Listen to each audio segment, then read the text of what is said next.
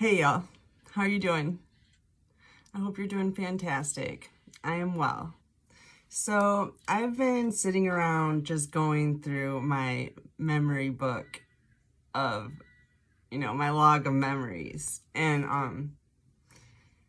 I was asking God what he wanted me to talk to you guys about. And as usual, it's like whatever you want, Beth, but he's like, why don't you talk to him about what you're thinking about? So here I am. This is going to be probably the start of several videos about my life. I'm going to tell you about my life. It's very interesting, and it's about time I told the story. I was going to write it, but I don't like writing that much, I'll be honest. It hurts my finger. It's just a lot to say, So anyways, I was born in 1975 to these two people, these two beautiful people. And when this is my dad's sailboat. This is what I remember of my dad. He killed himself when I was 3.5. When I was a baby, I have a distinct memory of shitting my diaper, like being in my crib, shitting my diaper. And I know I was like so young, I couldn't even roll over. It was young. And starting to cry, and my mom coming in and getting me out of my bed and changing my diaper. And I just remember her looking in my eyes and saying, Beth, I love you. And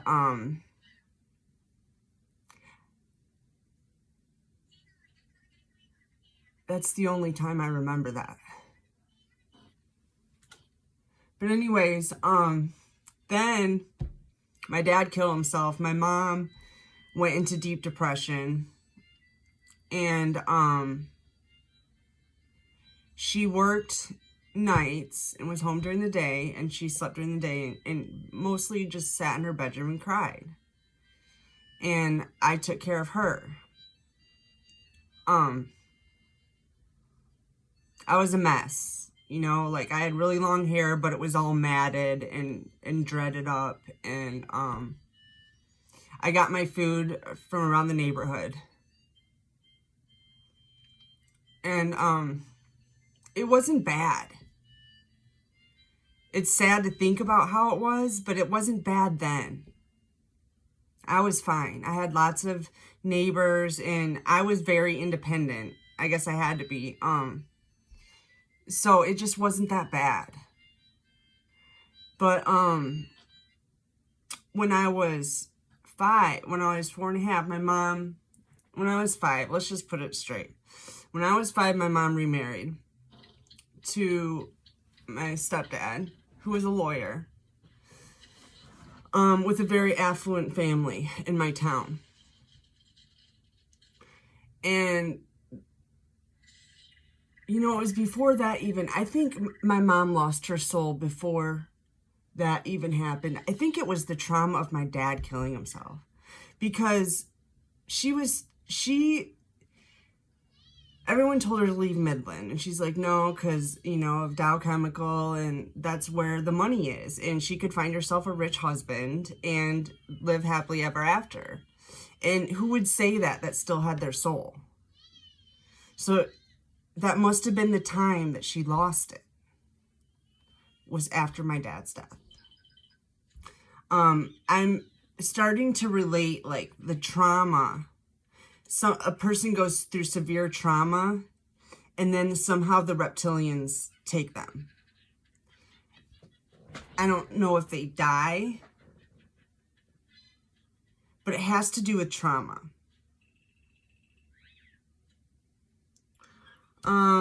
So then this is my grandma Millie. This is my mom's mom. She's the one that taught me how to shuffle cards. She got me prepped for tarot readings online. And she was very depressed. She was a very depressed person. She didn't really pay much attention, but she did make sure you ate. you know, she cleaned and cooked. She did that. So that was really nice. And then this is Grandpa Leo, my mom's dad. He was amazing. He was like almost deaf from working at Ford his whole life. My mom grew up in Dearborn pretty much. Because my grandpa worked for the Ford plant there. And he, you know, from working in a factory, his ears were toast. And I used to always just say how much I love Grandpa. And my Aunt Leslie would be like, he's deaf. You don't even know, you know what I mean? Like, you don't even know Grandpa. But I put a Grateful Dead bootleg in his casket when he died, because he used to help me with things like putting stuff together. You know, I'd see him at Christmas. And he was always the one that put shit together. And I was listening to Grateful Dead one time, and because my friend Mark introduced me to the Grateful Dead when I was 12.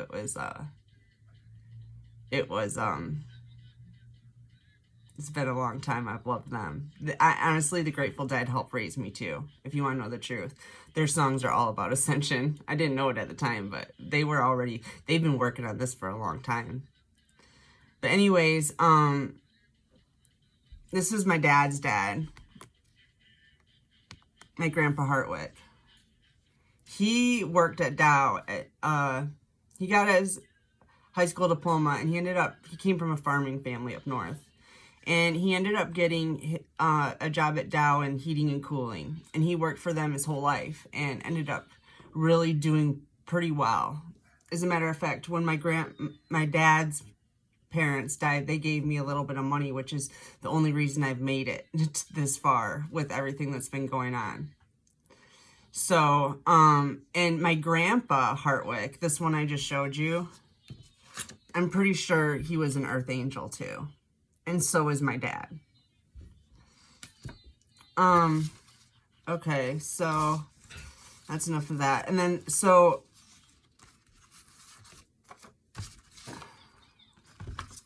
let me get to it. This is my step-grandfather. I'm not going to say his name right now, but look at this picture. You can see in this picture just how detached and miserable I always was. I was always not included in here. I would stand in back and rub my grandpa's shoulders.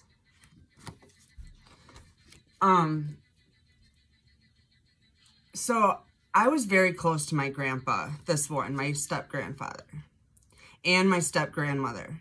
They're both lawyers. My grandmother could tell you to fuck off with just the most beautiful smile on her face. Like, she would just, like, tell you off, but you couldn't tell by the look on her face. Like, if she was muted, you wouldn't know she was telling you off. She was such a spunky little 100% Irish lady. And, I just loved her. And Grandpa. I loved them. And when Grandma died, I felt so bad for Grandpa. I think I was like 11 when that happened. And I stuck right by his side the whole time, just held his hand. Like, I didn't know what he needed, but I was just going to hold his hand. And,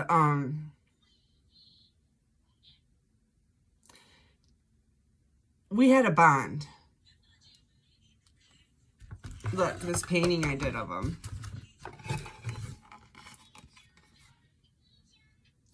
My grandpa and I had a bond. And I've known him since I was 5. And when he died in 2013, I was living at my mom's house because I was back in grad school. And I was a single mom. I had a baby, all this stuff. Okay, so all of my mail was going to her house. And I remember in 2013, my mom remortgaged her house that was my grandpa's. She said she bought it off of him. I don't know what that was about. But I do know that my brother and my mom had me sit down and sign some paperwork. It was a thick packet. It was like, it was like 30 pages. And they had it folded to the right where I needed to sign it. And they explained to me some shit about whatever. And I knew they were full of it. I knew they were lying. But I looked him in the eye and I said, I trust you. And I signed it. I've never cared about money. It's just never been about that. It's been about having somebody you can trust. And somebody that actually loves me back, because I love everybody. So, anyways, that's the whole inheritance kick that I know of. But I know for a fact because, like I told you guys before, I was kicked out of my house the first time when I was 9. And by the way, that was on my birthday. I forgot to tell you that. Which is why I don't celebrate my birthday. I'm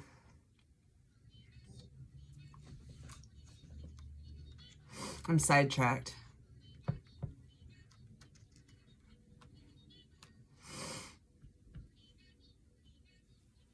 I've never cared about money. I just wanted my mom's love. And I also wanted her to know that if she was taking from what Grandpa Cole wanted me to have, and they said he gave me nothing, which I don't believe it. I didn't believe it then either. Grandpa loved me.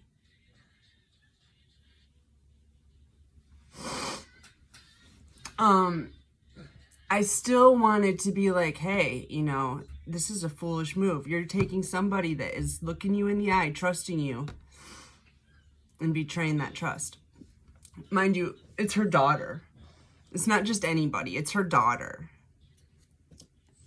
And it was my brother, too, that was there.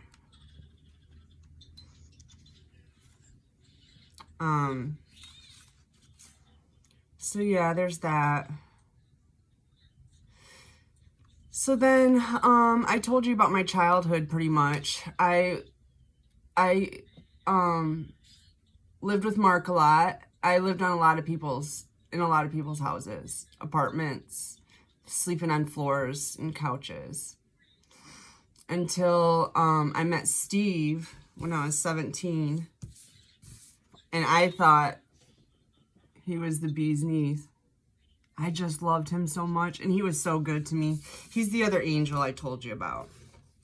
And we had a beautiful relationship. He is the first love I'd ever had, and I was craving it so bad after my childhood. Well, Mark too, but like it was just like, oh, here's my prince, you know what I mean? Like that's how it was. And he is an alcoholic, and he told me that he was going to die when he was 27. He was 23 when we got together. And I told you I had a lot of older friends. It wasn't weird.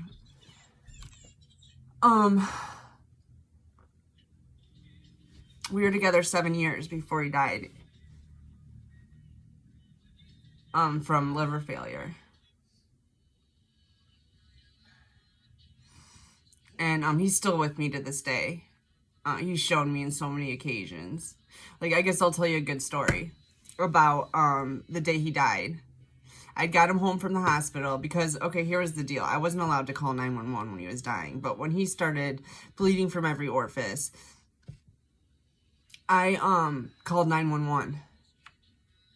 And then he was in the hospital for 2 weeks. They did a shunt on his liver, fucked his brain right up. He sat in there and begged for beer the whole time. But they finally talked me into letting him go, and I brought him home. And, I had him for about 12 hours. And I sat with him, and then he, you know, the whole time he had the death rattle going. You doctors know what I'm talking about. And, finally he was just stopped breathing. And I was like, no, Steve, no, I am not ready. No. So he starts breathing again. And he's in a coma. He's been in a coma for like a week now. And, this goes over and over. I tell him, okay, go ahead, I'm ready, you can go. And then he would stop breathing. And then I would start crying. Like, no, you can't go yet. And sorry if I just flashed you. Just whatever.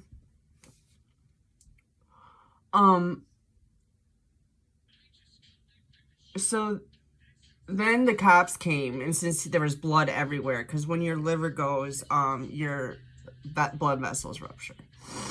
And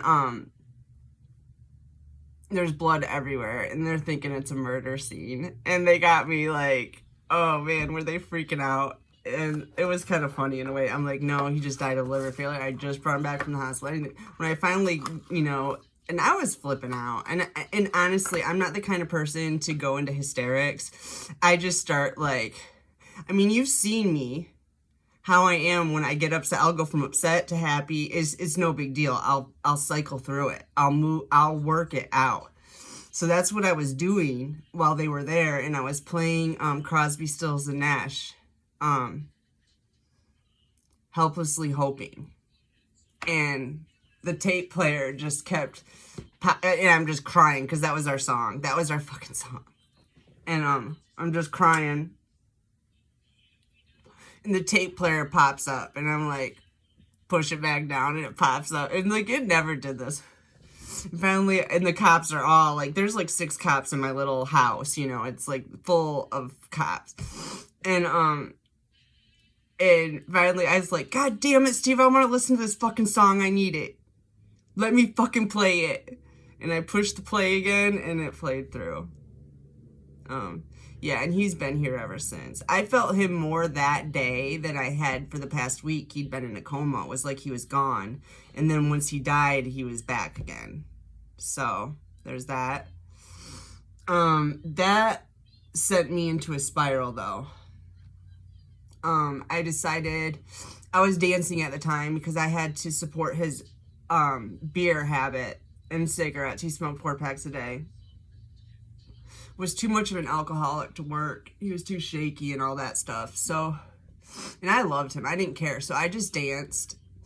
And I only danced like, I was always broke. And I'd only dance like twice a month, once or twice a month, just enough to get my bills paid. And, but after Steve died, I didn't want to do anything. And so, I sold all my stuff. And I got in my car, and I went to the first show that was going on. It happened to be Phil Lesh and Friends up in Red Rocks in Morrison, Colorado. And I picked up gas riders there and ended up going on tour. Because I didn't have any money. Like, I had just, like, I bought a camper top for my truck. Because I had a little Toyota truck. I bought a camper top so I could sleep in that. And, I don't know. Like, I think I ended up in Colorado with $80. So, I picked up gas riders. And I had a bunch of tie-dyes for sale. Because Steve and I also had a tie-dye business. I forgot to tell you that. We sold tie-dyes. It was a lot of work. And it was sustainable, but not profitable. I don't really know how to explain it. I did string dyes where you could do like Jerry faces and stars and, let's see, I did third eyes. What else did I do? It was a while ago. As a matter of fact, a friend just visited me not too long ago that was wearing one of the shirts I sent him from way back in the day. It was kind of cool. But anyways, they took a long time, and you can only sell a t-shirt for so much. So there was that. That's pretty much why I never ended up being able to quit dancing. So that really, I did do some tie-dyes after Steve died, but it just wasn't I just couldn't pay my bills like that. And I was never going back to the club again. I was done being damaged. So I decided to be homeless instead. And I ended up in California on tour, and then I ended up in San Francisco for a good portion of that. Ended up getting like stalked by the police there. I ended up getting arrested for 4 felonies on Haight Street. I had a gas rider that was selling weed on Haight Street, and we literally just stopped in San Francisco. We were on our way up to Portland, I think, to a show. Yeah, it was Portland. To what's that place there? I'll think of it in a minute. But anyways, we were going up to the show in Portland. And we stopped in San Francisco. They wanted to see if they could sell some shit quick, you know, flip some shit before we hit the road. Or before, you know, we went all the way up to Portland. Anyways, just a little something for some food money or whatever, okay? And so we go on the street and everybody kind of splits up. And I'm talking to some people. I have one gas rider that's with me, and then a cop comes up, and I knew it was a cop right away. He had on a brand new black Metallica shirt, brand new black jeans, and cop boots. Nice shiny cop boots, you know? And I knew it was right away, and he said, "Do you have any weed for sale?" And the guy that was in my car was like, "Yeah." And then he looks at me, he's like, "You want to go for a walk with us?" I was like, "No, I'm good. I'm good." And so I stayed, and they walked around the corner. But when he got popped, they brought me in for 4 felonies: conspiracy, sales, felony possession, and I literally had $1 in my pocket. I had no drugs, no nothing. I had $1. I obviously wasn't involved in the operation because I had, I guess they're saying I was the lookout. Anyways, so I went to jail for the weekend, and then they let me out. And so then I ended up going to jail with the one gas rider in my car, and everybody else we lost because we're on tour and we just lost them. I ended up with all their shit too. It was sad. But anyways, I couldn't get back on tour at that time. I could not get back on tour to go find these people. And I didn't have any money, and I had 4 felony charges over my head. And at this time, I hadn't sold my house yet. I had my uncle living in it. He was supposed to be helping me out. That didn't work out either. But regardless, I went back home to Austin, and I was trying to like regroup and figure out what I was gonna do. Then I had to go dance. I had to make some money. I had to get some shit together to go to court for 4 felonies. And so I did make it to court, and I actually brought this gas rider with me home because he told me he wasn't going to court. And I was like, "Yes, you flipping are, because you have to tell him I had nothing to do with it." I don't know. Somehow I thought that would matter. It really didn't matter at all. I mean, that was a fucking waste of my everything, okay? Having him, you know, to support for that time. It was hard enough supporting myself. And he, you know what he said to me one day? He's like, I was telling him, like, I have to work because I have to pay the bills around here. And I was just like, and he was like, he goes, "I don't work." He's like, "I'm a citizen of the world." He's like, "I don't have to pay rent." And I ended up dropping him off at the corner. And I'm like, that's where you sit when you're a citizen of the world and you don't pay rent. That was sad, but that's what happened there. And, but either way, the court thing didn't, they did drop it down to misdemeanor possession, which I wasn't in possession, and it still irked me to plead guilty for that. But I did because I didn't live in San Francisco, and I couldn't just keep going back and forth. You know what I mean? So, then what did I do after that? Oh, yeah. Okay, so after that happened, I ended up selling my house, and I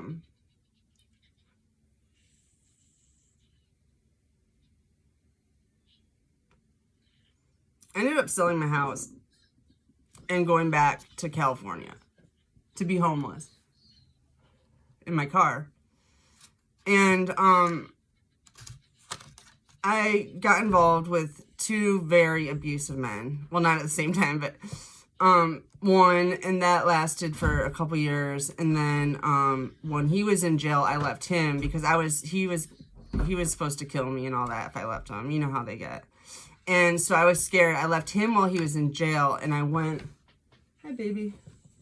and I went to a friend's house, and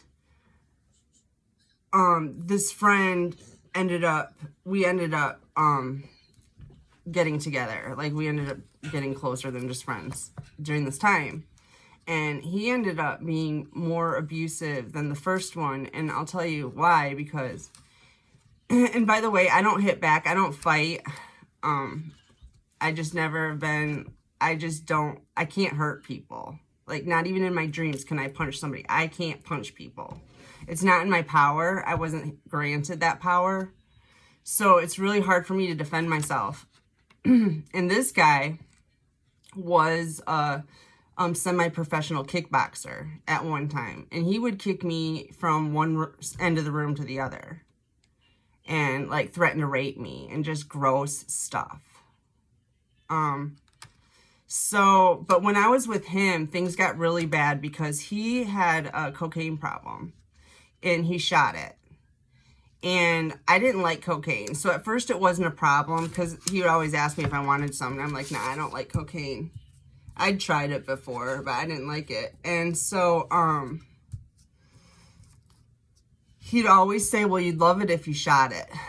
And I'd always told myself, if I was so desperate that I had to shoot a drug in my arm, that I was too desperate to deal with my conscience. Like, I just couldn't do that. But I don't know. I guess this was a low point in my life.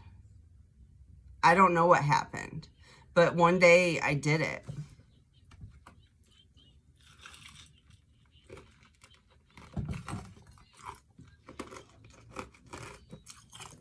And it was a great rush.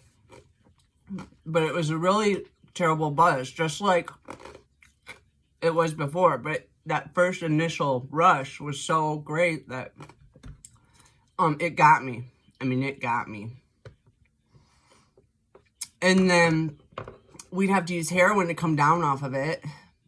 And the next thing you know, I was strung out on heroin. So that lasted 8 months. And then I got sick. I got septic. I didn't know it at the time. Anyways, I fell out. I had a stroke. I had a stroke in my brainstem, and if you're a doctor, in the pyramidal system, which is deadly. I mean, it's always fatal. But I survived it, and I begged my boyfriend at the time. I was sleeping on the beach, and take me to the hospital. And he says, no. He's like, you're a junkie. I'm not taking you to the hospital. It just makes me look bad. And I hadn't done any drugs in 2 weeks because I had felt so bad. I actually went through all the withdrawals on my own because I didn't know if that's what it was, because I'd been having strokes. It was just like, what had happened is I was septic and the bacteria attached to my heart valve, my atrial valve, and it built up, you know, it grew there and it broke off. And when it broke off, it went through my whole body, but my brain was, you know, the most noticeably affected at the time. So I ended up in a coma. Okay, so my boyfriend won't take me. So his friend's there. His friend's got a car. And I grab his friend. I can't walk at this time. I'm crawling in the sand. I'm about to die. And I grabbed his friend's leg and I just begged him, please, please, please take me to the hospital. Please, please. And I remember him looking right up at his friend, my boyfriend, and saying, Drew, oh, sorry, I gotta take her. And he took me. They dropped me off in the parking lot, and I crawled from the parking lot into the front doors of the ER, and then the ER picked me up from there. I had enough time to tell him my name, and I don't know if I gave him my wallet or they took it, but I had enough time to give him my name, and I had my wallet. All my food stamps had been taken out of my wallet, though. But, and then I went into a coma. When I woke up from the coma, my mom was there. It was like a week and a half later. She had told me that my grandpa my step-grandpa I told you about had paid her $10,000 to come. So she was there. It took me 4 weeks to get out of that hospital, and then she brought me back to Michigan, and I spent 2 more weeks in the hospital here, and then I moved in with my mom, and I really tried hard to get my life together and started going back to school. I'd already started school in Austin, but I was going to art school. And I realized that was dead end. So I had like an associate's in art at this point. And so I went back to start going back to school, and I decided I was going to do pre-med, because to get an associate's, you have to do all the prereq courses, like, you know, science, math, all that. And I aced it. And I was like, wow, this is, and I hadn't been in high school for 4 years. So I was like, wow, this is really easy for me. And maybe I should just try to like go for it, you know? And so that's what I did. I decided to become a doctor, and I became one. And during that time, I had a baby with a guy who's now in prison for robbing banks. He got me pregnant, and then when I told him I was pregnant, he ghosted me. Until he ended up in prison, and then he wanted to be a part of our lives, and so I made a huge effort to bring Charlie to the prison all the time to see his dad and all that stuff. So that went on for 5 years. I supported him in prison and brought his other 2 kids and his mom, and, you know, like, I don't know if any of you have been with somebody in prison, but it's a lot of fucking work, especially if you're with somebody like that guy, okay? Like, just kind of like anal retentive and OCD, and it's like trying to control what you're doing on the outside. It was insane. I mean, insane. But I had to marry him because his mom died, and so we couldn't bring his other 2 kids anymore because it had to be like a direct relation. So I had to marry him so that I could keep bringing those 2 kids. So I did. And then when he got, oh no, it was, I caught him. I caught him in some weird lie. I can't even remember what it was, but I was like, oh my God, you're the enemy. Like, I go through this in my life. I'm like, oh my God, you're the enemy. Like, and I'm like, cut and run, cut and run. And so that's what I did. I decided to cut and run before he got out of prison. And make sure the divorce was through, because I was buying a house. I was a doctor. I just needed to get that, make sure that was taken care of. And then I hooked up with somebody I knew since 8th grade. He was like one of my best friends. And I'm going to stop this and load it, and then I'll start out with my story about my daughter, my middle child's father. All right. Love you guys. Bye.